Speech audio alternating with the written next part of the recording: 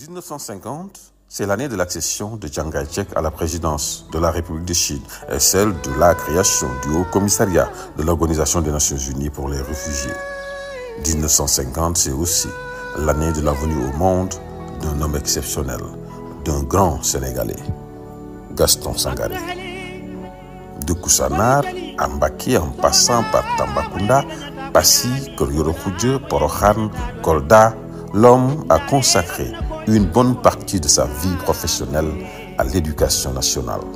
Oui, c'est justement à Tamba et Koussanar qu'il a débuté ses études. C'était entre 1957 et 1964. 1964, année de son CFE. Il réussit aussi à l'entrer en 6e et engagea des études secondaires qui aboutirent au BEPC en 1968.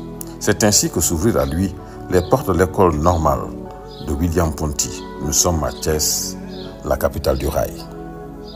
Gaston Sangaré, jeune lycéen, brille par son sérieux et c'est sans relâche d'octobre 1968 à juillet 1971 qu'il s'est mis au travail. Il n'y a que le succès qui le faisait courir et c'est sans surprise qu'il devait décrocher son bac série A4 dès la session de juillet. L'université Cheikh Anta Diop de Dakar l'accueillera pour un an entre 72 et 73 avant qu'il ne réussisse au très sélectif concours du CFPC de Thiès et ensuite au CFEN. Jeune enseignant, il décrochait très rapidement son CAP lors de la session de 74 alors qu'il venait juste d'entamer sa future glorieuse carrière professionnelle à Passy. Enseignant à l'école, élève pendant les moments hors service, le jeune Gaston Sangaré continuait à apprendre.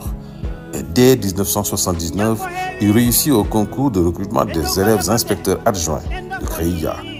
D'octobre 1979 à juillet 1980, il reprit ainsi le chemin de l'école à Dakar et sortit auréolé d'un nouveau diplôme, le certificat d'aptitude aux fonctions d'inspecteur adjoint de l'enseignement élémentaire. Nous sommes toujours en 1980. 3 ans après, il est admis au concours de recrutement des élèves inspecteurs et intégré en tant qu'élève inspecteur l'école normale supérieure de Dakar pour 2 bonnes années encore. En 1985, il décrochait son certificat d'aptitude aux fonctions d'inspecteur de l'enseignement élémentaire.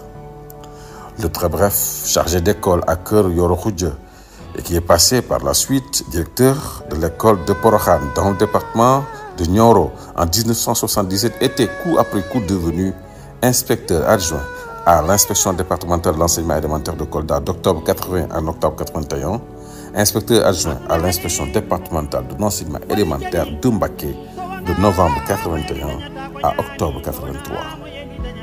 Et tout ceci avant de devenir secrétaire général de l'inspection régionale de l'enseignement élémentaire de Fatick d'octobre 85 à octobre 1989.